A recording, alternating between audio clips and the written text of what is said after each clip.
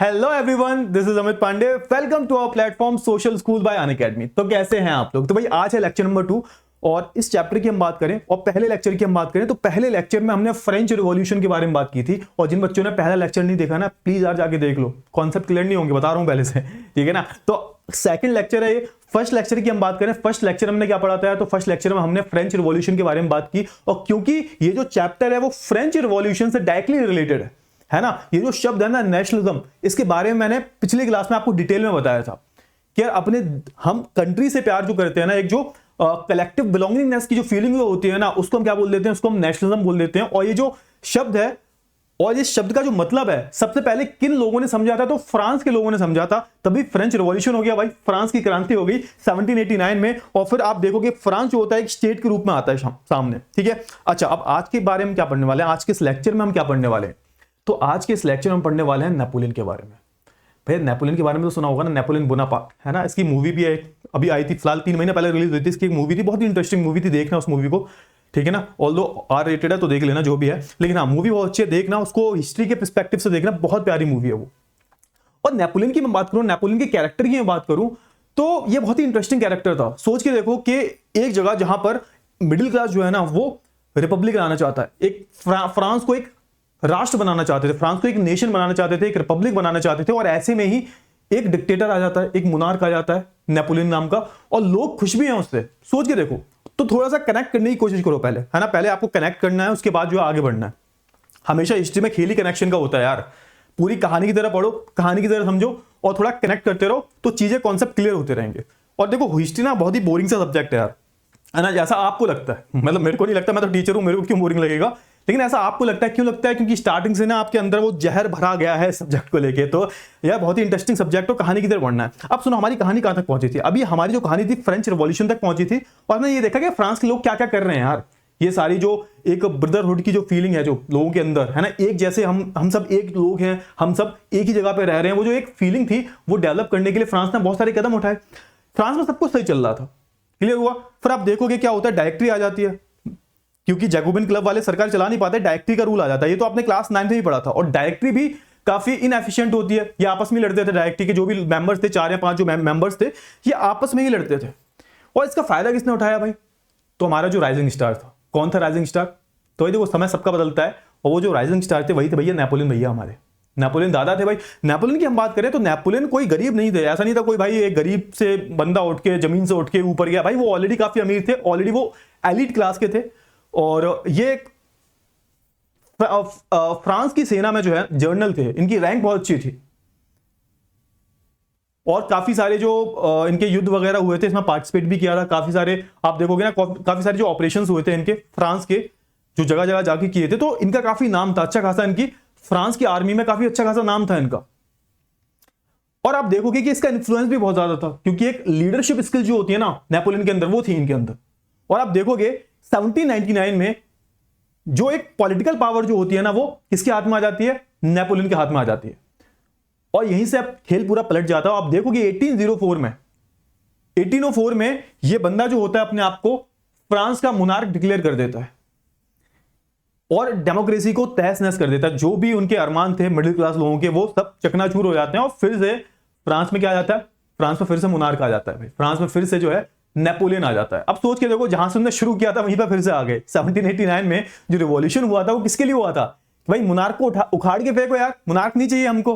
और 1804 में फिर से कौन आ जाता है? मुनार्क आ जाता है। लेकिन यहां पे ना थोड़ा सा एक बदलाव था, जो बहुत बड़ा बदलाव था, एक चेंज था, एक ट्विस्ट है इसमें भी। क्या ये जो मुनार्क था ना नेपोलियन नाम का, इसको लोगों ने पसंद किया। क्यों पसंद किया? Why did people like him? पसंद क्यों करते थे लोग इसको? इसका कारण यह था कि he was the very good administrator. ये एक बहुत अच्छा प्रशासनिक था भाई। मतलब फ्रांस को चलाना कैसे है, या फिर वो किसी भी टेरिटरी में कब्जा करेगा, कंट्रोल करेगा, उसको कैसे चलाना है, ये उसको बहुत अच्छे से आता था। उसने लोगों की जो प्रॉब्लम थी, ऐसा नहीं था सिर्फ अमीर लोगों की प्रॉब्लम को सुना उसने। जैसे वो लुई 16वां था, वो तो बेवकूफ था यार, वो तो उसको पागल था, वो तो उसको अकल नहीं थी बिल्कुल भी। वो नहीं समझ पाया कि लोग जनता को चाहिए क्या।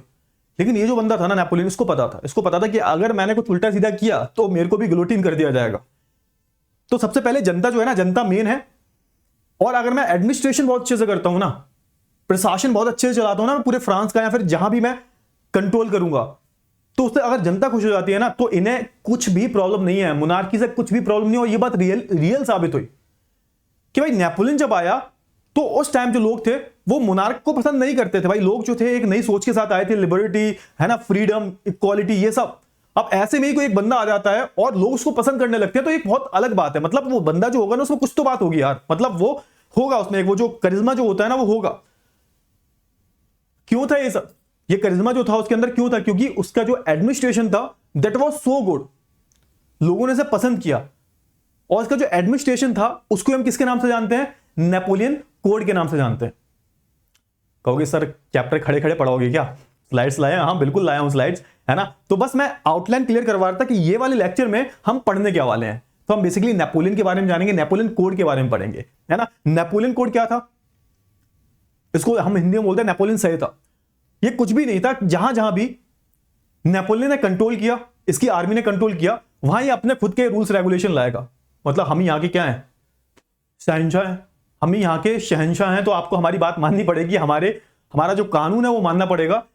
हमारा जो एडमिनिस्ट्रेशन है, जहां मैं हूं वहां मेरा एडमिनिस्ट्रेशन रहेगा। अब इसको एक नाम दिया गया नेपोलियन कोड। हमारे कानून, नेपोलियन के कानून जो थे, इसके बारे में हम बात करेंगे और क्यों लोगों ने इसको पसंद किया। और फिर बाद में ऐसा क्या हुआ कि नेपोलियन किसी के लिए तो हीरो बन गया, तो किसी के लिए जीरो बन गया, यानी कि विलेन बन गया। किसी के लिए नायक, किसी के लिए खलनायक। ठीक है, तो ये सारी जो चीजें हम इस लेक्चर में जो है पढ़ने वाले हैं। आपको स्टार्टिंग से लेके एंड तक इस लेक्चर को देखना होगा। थोड़ा इंट्रोडक्टरी पार्ट ज्यादा होना चाहिए ताकि आपको चैप्टर की पूरी आउटलाइन जो है ना वो क्लियर हो जाए, चैप्टर का सार जो है ना वो क्लियर हो जाए, है ना। तो आई होप आपको इतनी चीजें हैं ये बहुत अच्छे से क्लियर होगी। भाई 5 से 6 मिनट का हमारा इंट्रोडक्शन हो गया है, ठीक है ना। ठीक है, चलिए तो भाई बात कर लेते हैं आगे की। बेटा आई एम रियली सॉरी, थोड़ा सा प्रॉब्लम हो रही है, चेंजर खराब हो गया है तो मैनुअली चीजों को करना पड़ रहा है। तो देखो चैप्टर की प्रोग्रेस कितनी हुई हमारी, तो हमने ये सारी चीजें जो है पढ़ ली हैं, ठीक है। The French revolution and the idea of nation, ये तो हमने पढ़ा, ठीक है ना। अब देखो यहां पर ये हमने टॉपिक आज पढ़ेंगे, ये वाला जो टॉपिक है हमारा,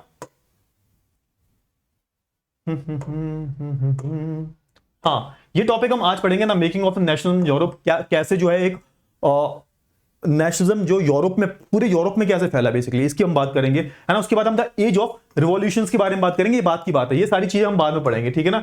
ये सारी जो चीजें हम बाद में पढ़ेंगे। अभी फिलहाल हम जो है अपना जो टॉपिक है हमारा उस पर फोकस करते हैं। और हमारा जो टॉपिक है वो क्या है, तो हमारा जो टॉपिक है वो है नेपोलियन के बारे में, है ना। नेपोलियन कोड के बारे में बात करेंगे आज हम, जिसके बारे में बोल रहा था जस्ट अभी। आपको नेपोलियन के बारे में पता लग गया है ना, तो यहाँ पे थोड़ा समझने की कोशिश करो। यहाँ पे जो भी आपको इंपॉर्टेंट लगे वो नोट डाउन करते रहना। तो देखो 1804 में, है ना, 1804 में अपने आपको मोनार्क डिक्लेयर कर लेता है और 1804 में ये नेपोलियन कोड को जो है इंट्रोड्यूस करवाता है। और ऐसा नहीं था सिर्फ फ्रांस में ही हुआ है, अब इसका सपना यह था कि भाई पूरे यूरोप पे कंट्रोल करना चाहता है, पूरे यूरोप को हराना चाहता था। जैसे सिकंदर जो था वो पूरे वर्ल्ड पे रूल करना चाहता था ना, वैसे ही पूरे यूरोप पे रूल करना चाहता था, ठीक है ना। तो ये नेपोलियन कोड लाया, इसके बारे में बात करेंगे। और the making of nationalism Europe, इसके बारे में थोड़ी सी बातें बताऊंगा मैं, और उसको जो हम डिटेल में नेक्स्ट लेक्चर में पढ़ेंगे। फिलहाल हम नेपोलियन कोड पे जो है फोकस करते हैं। चलिए बात कर लेते हैं थोड़ा सा नेपोलियन कोड के बारे में। अब नेपोलियन कोड के बारे में बात करूं उससे पहले कुछ चीजें जान लेते हैं हम। अब क्या हुआ भाई, 1804 में ये जो बंदा था नेपोलियन, ये अपने आप को मोनार्क डिक्लेयर कर देता है, राजा डिक्लेयर कर देता है। किसका भाई? फ्रांस का। और फ्रांस में जो डेमोक्रेसी जो होती है वो डिस्ट्रॉयड हो जाती है, डिस्ट्रॉय हो जाती है पूरी तरीके से।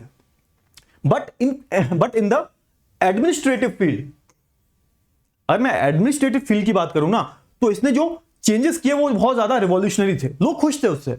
और वही मैटर करता है ना, चाहे डेमोक्रेसी हो चाहे मोनार्क हो, लोग खुश होने चाहिए। अब यहां पे एक बात भी प्रूफ होती है कि लोगों को फर्क नहीं पड़ता कि डेमोक्रेसी है या फिर मोनार्की है। लोगों को अगर उनके राइट्स मिल रहे हैं, लोगों को अगर एडमिनिस्ट्रेशन बहुत अच्छा मिल रहा है, प्रशासन बहुत अच्छा मिल रहा है, तो लोगों को फर्क नहीं पड़ता इस चीज से। और ये बात इसने प्रूफ कर दी, क्लियर है ना। तो यहां पे इसके एडमिनिस्ट्रेशन की तारीफ की जा रही है कि इसके जो एडमिनिस्ट्रेशन थे वो काफी ज्यादा रिवॉल्यूशनरी थे, है ना। और यही जो सिस्टम है ना, इसको हम एक नाम दे देते हैं नेपोलियन कोड, है ना। नेपोलियन बोनापार्टे से क्यों बोलते हैं, इसका भी कारण है। बोनापार्टे इसलिए बोलते हैं कि इसकी हाइट बहुत कम थी। अब जैसे आप पूरे यूरोप की बात करोगे ना, तो यूरोप में जो एवरेज हाइट होती है ना लोगों की बहुत ज्यादा होती है। आपने देखा है ना, ये जो इधर साइड के यूरोप की, इंग्लैंड वगैरह के जो लोग होते हैं, ये काफी लंबे होते हैं, हाइट बहुत ज्यादा होती है। जैसे मैं नीदरलैंड की बात करूं, सो नीदरलैंड में जो लोग हैं उनकी जो हाइट है, average height it is somewhere around 6'3", 6'4", मतलब एवरेज हाइट है इतनी। वहां पे लड़कियां भी 6 फुट की होती हैं।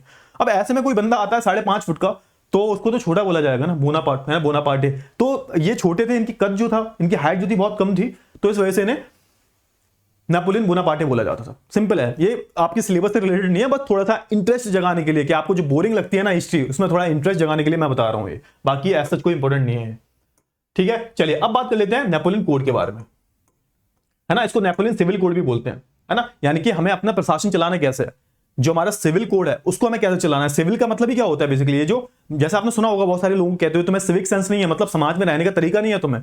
तो भैया हमारे सोसाइटी को आगे बढ़ाने के लिए, चलाने के लिए उसको डे टू डे, तो उसके लिए जो भी रूल्स रेगुलेशंस थे उसको हमने नेपोलियन कोड बोल दिया, है ना। अब यहां पे क्या हुआ भाई, सबसे पहला जो उसने चेंज किया, सबसे पहला जो चेंज किया उसने नेपोलियन कोड में, कि जो on the basis of birth जो भी प्रिविलेजेस दिए जाते थे, किसको, क्लर्जी को या फिर नोबल्स को, एरिस्टोक्रेट्स को, वो सारे हटा दिए। इसने बोला कि भैया तुम्हें जो है कोई भी स्पेशल प्रिविलेज नहीं मिलेगा जो तुम्हें मिला आ रहा था ना लुई। अब जैसा इसका मतलब ये नहीं है कि मैं मोनार्क बन गया हूं तो मैं तुम्हें टैक्स में एग्जेम्पशन दूंगा, ये दूंगा वो दूंगा, कुछ भी नहीं होगा, ठीक है ना। कोई भी आपको on the basis of your birth कोई भी आपको प्रिविलेज नहीं मिलेगा, सिंपल सी बात है। जैसे आम लोग हैं वैसे आप लोग। तो सबसे पहले इसने क्या किया भाई, बर्थ से मिलने वाला जो प्रिविलेजेस थे वो सारे खत्म कर दिए। इसने एक सिस्टम लाया कि भाई everyone is equal before law, कि भाई लॉ के सामने ना कोई क्लर्जी है, ना कोई नोबिलिटी है, ना कोई आम आदमी है, सब बराबर है। कानून अंधा है भाई, तो सब बराबर होंगे उसके सामने, ना कोई अमीर ना कोई गरीब, कानून के सामने सब बराबर है। तो दूसरा चेंज ये लाया। आप सोच के देखो कितने अच्छे चेंजेस ला रहे हैं। तभी लोगों ने इसे पसंद किया, है ना, तभी लोगों ने इसे पसंद किया, क्योंकि इसने कोई भी किसी को भी स्पेशल ट्रीटमेंट नहीं दिया। टैक्स अगर देना है वो सबको देना है, ऐसा नहीं है कि सिर्फ तुम्हें देना है, थर्ड स्टेट वालों को देना है, सबको टैक्स देना पड़ेगा। चलिए, अच्छा इसने एक चीज और कही, secure the right to property. तो पहले क्या होता था बेसिकली, जो कोई भी पर्टिकुलर प्रॉपर्टी है ना, उस पर किसी का राइट सिक्योर नहीं होता था, है ना। आके किसी ने भी कब्जा लिया, ये कर लिया वो कर लिया। अब इसने क्या किया, इसने जो है वो जो राइट था उसको काफी सिक्योर कर दिया। क्लियर है। अच्छा अब यहां पे एक चीज और हुई, ऐसा नहीं था सिर्फ फ्रांस में ही ये कोर्स को इंप्लीमेंट किया गया। अपार्ट फ्रॉम फ्रांस, इसको जहां जहां इसने कंट्रोल किया, जिन जिन टेरिटरी पे इसने कंट्रोल किया, उन टेरिटरीज पर भी अपने सिविल कोड्स को जो है इसने इंप्लीमेंट करवाया। जैसे फॉर एग्जांपल इसने स्विट्जरलैंड, बेल्जियम, जर्मनी के बहुत सारे पार्ट पे इसने रूल किया, तो वहां भी इसने अपने कोड्स को इंप्लीमेंट करवाया, अपने रूल्स रेगुलेशंस को इंप्लीमेंट करवाया। क्लियर हुआ। चलिए आगे बढ़ते हैं। और क्या हुआ भाई, सुनो, ये तो स्टार्टिंग है अभी जस्ट। जैसे कि यहां पे दे रखा है डच रिपब्लिक, ये नीदरलैंड की बात हो रही है, नीदरलैंड पे भी कंट्रोल था इसका, है ना। स्विट्जरलैंड, इटली, इन सब पर जो है इसने, जर्मनी का कुछ पार्ट, इन सब पे इसने जो है नेपोलियन कोड अप्लाई करवाया। अब इसने क्या किया, सिंप्लीफाइड एडमिनिस्ट्रेटिव डिवीजन, अलग अलग यहां पर जो इसका डिविजन्स थे वो डिवाइडेड थे, वहां पर क्या चलेगा भाई, नेपोलियन की ही चलेगी, नेपोलियन के कोड्स चलेंगे। और सबसे बड़ी बात इसने क्या किया, एबोलिश द फ्यूडल सिस्टम। अच्छा ये बहुत जरूरी है, दो चीजें, फ्यूडल लॉर्ड्स के बारे में बात करेंगे हम। फ्यूडल सिस्टम क्या था, इसको हम हिंदी में बोलते हैं सामंतवाद। अब होता क्या था कि यूरोप में ना सबसे ऊपर किंग होता था, किंग, है ना, और किंग के अंडर में ही यहां पर बहुत सारे फ्यूडल लॉर्ड्स होते थे। अब होता क्या था, किंग तो एक ही है ना, अब किंग हर जगह जाके तो बैठेगा नहीं, तो ये जो किंग्स होते थे, ये जो फ्यूडल लॉर्ड्स होते थे, इन लोगों को बहुत सारी जमीनें दे दिया करते थे, है ना, और इन जमीनों पर इनका कंट्रोल हुआ करता था, किनका, फ्यूडल लॉर्ड्स का। और इन फ्यूडल लॉर्ड्स के अंडर में बहुत सारे जो फार्मर्स हैं, लैंडलेस लेबर है, वो काम करते थे। और ये बहुत सारी जो जमीनें थी ये किनकी हुआ करती थी, बड़ी बड़ी जमीनें, मतलब ऐसी जागीरें हुआ करती थी बहुत बड़ी बड़ी, और वो इनके अंडर में हुआ करती थी फ्यूडल लॉर्ड्स के। ये एक बहुत बड़े बड़े एरियाज को अपने आप में ही, बड़े बड़े डिस्ट्रिक्ट जितने बड़े बड़े एरियाज पे कंट्रोल करते थे फ्यूडल लॉर्ड्स। तो ये जो सिस्टम था ना फ्यूडल सिस्टम का, ये खत्म कर दिया। हमारे इंडिया में भी तो फ्यूडल सिस्टम था ना, सामंतवाद, ये हर जगह था। जैसे जमींदार जो थे वो बड़े बड़े एरियाज पे अपनी पकड़ बना के रखते थे, और वहां पे जो किसान काम करते थे उनसे टैक्स लिया करते थे। टैक्स का कुछ शेयर जो है वो राजा को, ज्यादातर शेयर जो है राजा को जाता था, और कुछ शेयर जो है वो अपने पास भी रखते थे। तो ये सारा सिस्टम था, and it is called feudal system. सामंतवाद इसे हिंदी में बोलते हैं, ठीक है ना, हिंदी में थोड़ा जान लिया करो। हाँ, यहां पर अब यहां पे थर्ड पॉइंट पढ़ो, freed peasants from serfdom and manorial dues. अब यहां पे दो टर्म्स का यूज हुआ है, सर्वडम और मैनोरियल ड्यूज। सर्वडम क्या होता है, तो सर्वडम एक सिस्टम था जो कि काफी फेमस था, काफी यहां पे जाना पहचाना है। सर्वडम की बात करूं कहां पर, यूरोप में, यूरोप में बहुत जगहों पे चलता था पहले सर्वडम। तो सर्वडम में होता क्या था, जो सर्व होते थे, यानी कि जो किसान होते थे, लैंडलेस लेबर होते थे, इन्हें अपने लॉर्ड को सर्व करना पड़ता था, अपने लॉर्ड के यहां पर काम करना पड़ता था, उन्हें अपनी सर्विसेज देनी पड़ती थी। और उसके बदले क्या होता था, उसके बदले ये जो लैंडलॉर्ड हुआ करते थे वो अपनी जमीन पर इन्हें काम करने दिया करते थे, और जो भी थोड़ा बहुत होता है ना कि कुछ शेयर दे देना, थोड़ा बहुत जो भी प्रोडक्शन हुआ उसका कुछ शेयर इन्हें दे देना, खाने पीने के लिए, जिंदा कैसे रहेंगे वो भी तो जरूरी है ना। तो यहां पर ये सर्वडम जो था कि आपको अपने लॉर्ड को सर्व करना है, आपने अपने मालिक को सर्व करना है। जैसे हमारे यहाँ पे क्या चलता था, याद करो, बेगार सिस्टम। बेगार सिस्टम में क्या होता था, आप किसी के अंडर में काम कर रहे हो विदाउट एनी पेमेंट, उसके बदले वो तुम्हें थोड़ा बहुत जो भी उत्पादन हुआ है, जो भी प्रोडक्शन हुआ है, उसमें कुछ शेयर आपको मिल जाएगा, कुछ शेयर कि हाँ भाई चलो 20 कुंटल गेहूं है तो 5-10 किलो गेहूं आप भी ले जाओ अपनी फैमिली के लिए। तो यही सीन था कि आपको अपने लॉर्ड को जो है सर्व करना है, एंड इट्स कॉल्ड सर्वडम। यहां पे सर्व हुआ करते थे, ये अपने लॉर्ड को सर्व करते थे, है ना। उसके बदले लॉर्ड जो होता था इन्हें अपनी जमीन पर काम करने देता था, ठीक है। दूसरा है मैनुअल ड्यूज। अब मैनुअल ड्यूज क्या होते हैं, अब यहां पर ना यूरोप में बहुत सारे मैनुअल लॉर्ड्स हुआ करते थे। अब ये जो ड्यूज है ना, यानी कि एक पेमेंट आपको देना पड़ता था अपने लॉर्ड को। क्यों? क्योंकि उसके बदले वो आपको प्रोटेक्शन देंगे, जो भी पीजेंट्स के बीच में झगड़ा हो जाएगा उसमें जो है जस्टिस भी देंगे, और एक प्रोटेक्ट करने का जो एक चार्ज लिया करते थे ये लोग, उसको हम बोलते थे मैनुअल ड्यूज। एक तरह का टैक्स हुआ करता था ये, जो आपको अपने मैनुअल लॉर्ड्स को पे करना होता था। तो ये दोनों ही जो चीजें थी जो कि काफी चर्चित थी फ्रांस में या बाकी के यूरोप में, इसको भी इसने खत्म कर दिया, एबोलिश कर दिया। तो भाई इससे मजे किसके आ जाएंगे, किसानों के मजे आ जाएंगे, जो वहां पे वर्कर्स हैं उनके मजे आ जाएंगे कि भाई अब तो कुछ काम वाम करना नहीं है, अब तो सिर्फ अपना खेती वेती करनी है। तो इस सिस्टम को इसने एबोलिश कर दिया। तो यहां पे हुआ क्या, आप सोच के देखो, इसने जो भी चेंजेस किए हैं इससे फायदा किसका हुआ है, इससे फायदा किसका हुआ है, किसानों का फायदा हुआ है, लैंडलेस लेबर का फायदा हुआ है, ये जो एक मजदूरी गुलामी चल रही थी वो फायदा हुआ है इसका, है ना। अब सोच के देखो यहां पर, अब इसने एक चीज और की, इसने एक चीज और की, क्या चीज, टाउन्स में, जो टाउन्स थे या फिर शहर जो थे वहां पर इसने जो भी गिल्ड रेस्ट्रिक्शन जो थे ना वो रिमूव कर दिए। इसका मतलब क्या हुआ, अब होता क्या था, पहले ना शहरों में अलग अलग गिल्ड्स हुआ करते थे। अब गिल्ड्स में होता यह था कि जैसे कोई भी एक बिजनेस कर रहा है, कोई भी एक नीश में है वो बिजनेस कर रहा है, ये लोग अपना ग्रुप बना लिया करते थे, और ये ग्रुप बना के क्या करते थे, प्राइस वगैरह को कंट्रोल करते थे।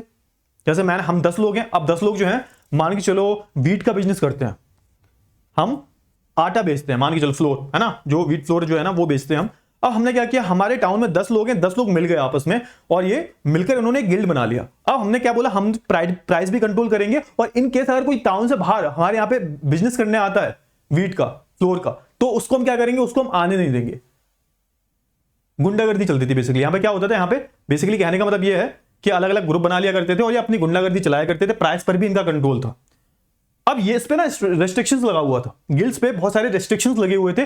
तो इसने क्या बोला, इसने बोला ठीक है खूब जितना चाहो उतना गिल्ड बनाओ, कोई दिक्कत वाली बात नहीं है। तो इसने गिल्ड्स पे, है ना, गिल्ड्स जो थे इन पर जो भी रेस्ट्रिक्शंस लगा हुआ था वो सारे के सारे रिमूव कर दिए कि ठीक है यार, नहीं कुछ भी नहीं लगेगा, कोई इशू नहीं है, बनाओ जितना हो सके अपने गिल्ड्स बनाओ, कोई दिक्कत नहीं है ना। तो ये सारी चीजें हुई। अब एक चीज और हुई, इसने, अब इसे पता था क्योंकि किसी भी कंट्री की इकोनॉमी को आगे बढ़ाने के लिए कम्युनिकेशन और ट्रांसपोर्टेशन बहुत जरूरी है, तो इसने कम्युनिकेशन और ट्रांसपोर्टेशन को भी काफी इंप्रूव किया। तो आप देखोगे रेलवेज का काफी, यहाँ पे आप देखोगे, यहाँ पे रेलवे तो थी नहीं, सॉरी, मतलब इसने यातायात को, यानी रेलवे को जो है आगे बढ़ाने के लिए इसने बहुत सारे यहाँ पे कदम उठाए, कम्युनिकेशन को इंप्रूव करने के लिए बहुत सारे कदम उठाए, ताकि यहां पर जो ट्रेडिंग है वो बहुत अच्छे से हो सके। क्लियर हुआ ना। तो ये सारी जो चीजें इसने उठाई। अब आप कहोगे कि सर ये तो मतलब हीरो था काफी, लेकिन इसने कुछ स्टेप्स ऐसे भी लिए जिससे लोगों को बहुत प्रॉब्लम हुई, उनके बारे में बात करेंगे हम, है ना। ऐसा नहीं था सारे काम अच्छे किए, अगर अच्छा था, मैंने बोला ना किसी के लिए नायक था तो किसी के लिए खलनायक था। ये लास्ट पॉइंट लिखा हुआ है, transport and communication system were improved. तो इसे पता था अगर हमें अपना बिजनेस व्यापार अच्छे से करना है तो हमें ट्रांसपोर्टेशन और कम्युनिकेशन, यानी कि हमारा संचार जो है और हमारा परिवहन जो है वो इंप्रूव होना चाहिए। ये सारी चीजें हुई।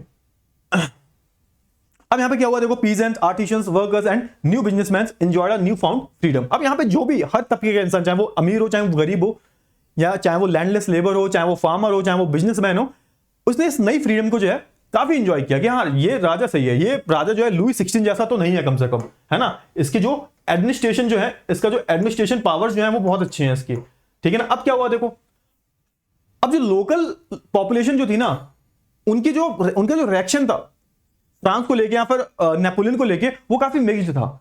मिक्स्ड मतलब कुछ लोग कहते थे बहुत अच्छा है, कुछ लोग कहते थे बहुत बेकार है ना। अब ऐसा इसने क्या किया, मतलब अब हुआ क्या देखो, यहां पर हुआ ये कि स्टार्टिंग में जब फ्रेंच आर्मी ने बाकी के एरियाज पर कंट्रोल किया था ना, तो वहां के लोगों को ऐसा लगा कि नहीं यार ये जो आर्मी है ना हमें फ्रीडम देने आई है, क्योंकि ये सारा शुरू किसने किया था? फ्रांस नहीं तो शुरू किया था। तो इनिशियली जब नेपोलियन ने बाकी के आसपास के जो देश थे वहां पर अटैक करना शुरू किया, वहां पर कंट्रोल करना शुरू किया, तो जैसे कि मैं बात करूं स्विट्जरलैंड की बात करूं, हॉलैंड की मैं बात करूं, ब्रुसेल्स है ना, मिलान, वर्सा, तो यहां पर फ्रेंच आर्मी का ना वेलकम किया गया, उन्हें एक सिंबल की तरह देखा गया, सिंबल ऑफ फ्रीडम है ना, हार्बिंगर ऑफ फ्रीडम। ये क्या लेके आए? ये हार्मनी लेके, ये लिबर्टी लेके आए हमारे लिए। लेकिन ये जो हार्मनी थी ना, ये जो उनके लिए एक बहुत प्यार जो उमड़ रहा था ना लोगों के अंदर, वो जल्दी हॉस्टिलिटी में बदल जाता है। मतलब लोग जो है नाराज हो जाते हैं, लोग डरने लगते हैं लोगों से। क्यों डरने लगते हैं? कुछ ऐसी चीजें की नेपोलियन ने जिससे कि हुआ क्या, जिससे कि हुआ ये कि लोग जो है डरने लगे या फिर लोग जो है नफरत करने लगे। क्या क्या किया इसने सबसे पहले टैक्स बहुत ज्यादा बढ़ा दिए। अब ऐसा नहीं था कि टैक्स सिर्फ किसानों को देना, टैक्स देना सबको है, लेकिन टैक्स बहुत ज्यादा करते। अब जो लोग पैसे वाले थे, जो लोग अमीर थे, वो तो भाई टैक्स दे सकते थे आराम से, लेकिन जो लोग पैसे वाले नहीं थे वो कैसे देते? मतलब जो लोग गरीब हैं, लैंडलेस लेबर हैं, तो वो कैसे टैक्स देते? ठीक है ना। सेंसरशिप मतलब क्या था कि भाई सेंसरशिप का सिंपल सा मतलब होता है कि इन केस अगर तुम कुछ भी छाप रहे हो तो वो लोगों तक जाने से पहले ना वो सरकार के पास जाएगा। इन केस अगर आपने सरकार के अगेंस्ट कुछ लिखा है तो उस पर कैची चला जाएगी, मतलब उसको काट दिया जाएगा, उतना सेंसरशिप कर दिया जाता है। आपने सुना होगा ना उस फिल्म पे सेंसर ने इतनी कैची चला दी, मतलब वो जब फिल्म जो जाती है, मूवी जाती है सेंसरशिप बोर्ड्स के पास, तो वो पूरी मूवी देखते हैं और उन्हें ऐसा कुछ लगता है कोई सीन बहुत ही इनएप्रोप्रिएट है तो वो सीन को कट कर देते हैं। तो यही सीन होता है इसमें भी कि जो भी सेंसरशिप होती है ना, तो इनकेस कोई भी न्यूज़पेपर इनके बारे में कुछ छाप रहा है, वो भी सरकार के अगेंस्ट है या फिर जो भी अभी कंट्रोलिंग गवर्नमेंट है उसके अगेंस्ट है, तो उसको या तो उसको काट दिया जाएगा या फिर वो जो न्यूज़पेपर है, पर्टिकुलर पब्लिकेशन जो है, उसको बैन कर दिया जाएगा। तो ये होती है सेंसरशिप। तो इसने सेंसरशिप लगा दी, कोई भी इसके अगेंस्ट कुछ छाप ना पाए, है ना। Force conscription into the French army. अब इसने एक काम बहुत गलत किया, मतलब जहां जहां इसने कंट्रोल किया वहां इसने लोगों को फोर्स किया कि तुम जाओ और फ्रेंच आर्मी की तरफ से लड़ाई लड़ो। अब ये गलत बात है ना, ये गलत। ये अंग्रेजों ने हमारी कंट्री में भी किया था कि तुम्हें जो है लड़ना पड़ेगा भाई, बिना किसी के मन के। अब सोच के देखो, चलो ठीक है, फ्रांस के लोगों से तुम बोल रहे हो कि ठीक है तुम फ्रांस की आर्मी में जाके लड़ो, तो एक बार को समझ में भी आता है। लेकिन इसने जहां जहां भी कंट्रोल किया, स्विट्जरलैंड, हॉलैंड वगैरह, जहां भी रूल किया, तो यहां पर जो लोग थे, आम जो लोग थे, उन्हें फोर्स किया गया कि वो फ्रेंच आर्मी को ज्वाइन करें और फ्रांस की तरफ से लड़े जाके। क्लियर हुआ? ये हुआ। और क्या क्या चीजें हुई? इसने विमेन को कोई राइट्स नहीं दिए, विमेन को कोई भी राइट्स नहीं दिए इसने। तो ये सारी जो चीजें हैं, यहां पर लोग उससे जो है परेशान हो रहे थे, लोग जो है काफी परेशान हो रहे थे। तो आई होप आपको ये जो पूरा मैंने बताया आपको कि ये सारी चीजें हुई नेपोलियन के रेन में, तो यही था वो नेपोलियन कोड। ये याद कर लेना क्योंकि एग्जाम पर्सपेक्टिव से ये बहुत ज्यादा जरूरी हो जाता है। क्लियर हुआ ना? आई होप आपको क्लियर जो हो गया होगा। ठीक है, अच्छा अब यहां पे थोड़ा सा आपको समझ में आएगा कि ठीक है, आप हुआ क्या सर, ये तो बताओ आपको कंक्लूजन क्या निकला। मतलब 18, अब जैसे आप देखोगे हाँ, कि जो नेपोलियन साहब थे वो कब से कब तक रहे, तो 1804 से 1815 तक। और 1815 में क्या हुआ, नेपोलियन के बारे में हम आगे भी बात करेंगे, थोड़ा सा बता देता हूं, चलो बता ही देता हूं कि 1815 में हुआ क्या। 1815 तक इनका रूल रहता है। उसके बाद क्या होता है? उसके बाद होता यह है कि बहुत ज्यादा ये आप बोल सकते हो इसकी बहुत ज्यादा सपने बढ़ जाते हैं इसके, है ना। आप बोल सकते हो कि ये बहुत ज्यादा होता है ना कि किसी की आकांक्षा, महत्वाकांक्षा बहुत ज्यादा बढ़ जाते हैं, वो हो गया इसके साथ में। अब इसका जो मेन एम था ना, वो ये था कि किसी ना किसी तरीके से पूरे यूरोप पे से कब्जा करना, रूल करना है। एम्बिशियस बहुत ज्यादा हो गया है, और जब एम्बिशियस कोई इंसान हो जाता है ना, ओवर एम्बिशियस हो जाता है, तो वही उसका विनाश का कारण बनते हैं। सिंपल सी बात है। तो यहां पर नेपोलियन के साथ भी यही कुछ हुआ, ऐसे ही कुछ हुआ। अब 1815 में जब ये इसने ज्यादा ही यूरोप में उत्पात मचा दिया, लोग डरने लगे इससे, तो होता क्या है, बाकी के जो देश है ना, उन्होंने प्लानिंग की कि यार अगर ऐसा चलता रहा ना तो सच में पूरे यूरोप पे कंट्रोल कर लेगा ये बंदा, कॉन्कर कर लेगा पूरे यूरोप को ये। तो ऐसा जो है कुछ बोला जा रहा था, है ना। तो आप देखोगे यहां पर 1815 में वाटरलू, बैटल ऑफ वाटरलू होता है, और यहां पर 4 कंट्रीज वर्सेस 1 कंट्री, यानी कि Napoleon versus Prussia, Russia, Austria and Britain. ये 4 जो देश होते हैं ये अटैक कर देते हैं नेपोलियन पर। और वाटरलू नाम की जगह है जो कि बेल्जियम में है, जो उस टाइम पर यूनाइटेड किंगडम ऑफ नीदरलैंड का पार्ट हुआ करता था। वहां पर यह युद्ध होता है और यहां पर आप देखोगे कि नेपोलियन जो है हार जाता है। उसके बाद क्या हुआ, उसके बाद बहुत सारी चीजें हुई, वो हम बाद में जानेंगे कि उसके बाद क्या हुआ। 1815 के बाद की कहानी, 1815 के बाद की जो कहानी है, हमारी स्टोरी जो है, वो नेक्स्ट लेक्चर में हम बात करेंगे उसके बारे में। लेकिन हाँ, ये जान लो कि भाई नेपोलियन के साथ क्या हुआ। तो नेपोलियन को कोई लोग कहते हैं कि अलग अलग यहाँ पे थ्योरीज है, कोई कहता है कि नेपोलियन को बैटल में मार दिया गया, कोई कहता है कि उसको जेल में डाल देते हैं, 6 महीने बाद वो मर जाता है, कोई कहता है कि उसके ब्लैडर में कैंसर था, कोई कहता है कोई उसके स्टोन था। तो अलग अलग यहाँ पे थ्योरीज है नेपोलियन के बारे में। लेकिन होता यह है कि 1815 के बाद ये बंदा जो है फ्रांस का रूलर नहीं रहता। अब फ्रांस का रूलर कौन बनेगा? क्या फ्रांस में चीजें पहले जैसी हो जाएंगी या फिर से जो है कंजर्वेटिज्म आ जाएगा यहाँ पर? तो ये सारी जो चीजें हम अगले लेक्चर में बात करेंगे। अगले लेक्चर में हम लिबरलिज्म के बारे में बात करेंगे, लिबर्टी के बारे में बात करेंगे, कंजर्वेटिज्म के बारे में बात करेंगे। तो इन सारी चीजों पे बात करेंगे कि जो जो नई नई आइडियोलॉजी बनी उन सब के बारे में जो हम अगले लेक्चर में जो है बात करने वाले हैं, ठीक है ना। तो आई होप आपको सारी जो चीजें हैं इस लेक्चर से रिलेटेड बहुत अच्छे से जो है क्लियर हो गई होंगी। क्लियर है? चलिए तो भाई एंड करते हैं इस लेक्चर को। आई होप आपको सारी जो चीजें बहुत अच्छे से क्लियर हो गई होंगी और हम मिलेंगे अगली क्लास में। तब तक के लिए अपना ध्यान रखिएगा। Goodbye, take care.